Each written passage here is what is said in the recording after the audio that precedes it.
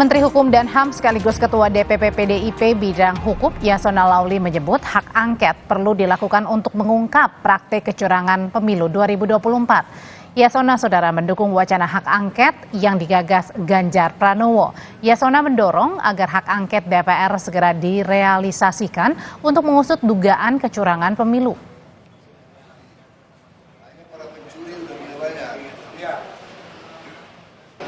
Jelas dari kita ini orang partai tidak lupa. Kalau tidak rusak partai. Dari kami begini tidak. Untuk apa? Untuk mencari kebenaran yang sesungguhnya. Jangan ada suara-suara. Ya kita letakkan secara proporsional. Mari kita teliti secara konstitusional.